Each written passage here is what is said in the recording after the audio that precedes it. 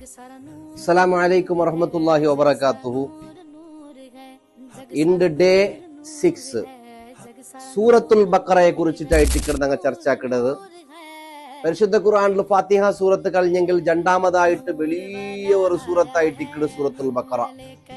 ഈ സൂറത്തുൽ ബഖറ ഒരാള് ദൈനംദിനായിട്ട് ഖുർആനിന്റെ സൂറത്തുൽ ബഖറയെ ഔത്തുൽ ഓതുരെങ്കിൽ ഇഖ്റഊ സൂറത്തുൽ ബഖറ ഫീ ബുയൂതികും ഫഇന്ന ശൈത്വാന ലാ യദ്ഖുലു ബൈതൻ തുഖ്റഉ ഫീഹി സൂറത്തുൽ ബഖറ. ബഹുമാനപ്പെട്ട ഇമാം ഹാക്കിം തങ്ങൾ ഉദ്ധരിക്കുന്ന ഹദീസായിട്ട് പരിശുദ്ധ സൂറത്തുൽ ബഖറയെ നിങ്ങൾ ഔത്തുലു നിങ്ങൾ ഓതറു. ആ ഓതുര ഔത്തുലു ശൈത്താന് പ്രവേശിക്കില്ലാണ്ട് മുഹമ്മദ് റസൂലുള്ളാഹി സ്വല്ലല്ലാഹു അലൈഹി വസല്ലം തങ്ങൾ ചെല്ലുണ്ട്. അതിനാൽ സൂറത്തുൽ ബഖറ ഞങ്ങൾ ഔത്തുലു ദൈനംദിന പ്രാവർത്തികമാക്കണം. അള്ളാഹു തൗഫീഖ് നൽകട്ടെ. അങ്ങനെ ഓതിയാൽ പിന്നെ ഞങ്ങൾ ഔത്തുക ഷെയ്ത്താന്റെ ഒരു ഇടങ്ങേറിയില്ല.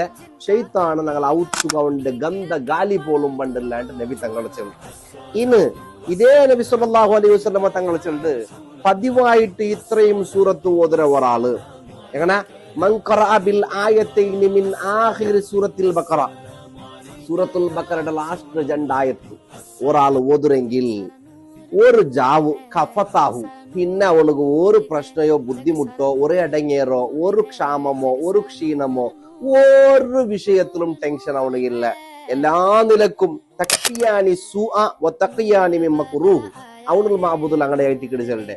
ഒരു ഏതൊരു നിലക്കുള്ള ബുദ്ധിമുട്ടുകൾ അവനക്ക് ഇല്ലാണ്ടാവും. അതുപോലെ അവനക്ക് എല്ലാ നിലക്കുള്ള കഷ്ടങ്ങളെ നീങ്ങിക്കിട്ടിട്ട് റാഹത്തും സന്തോഷവും അവനക്ക് വർത്തി കിട്ടും.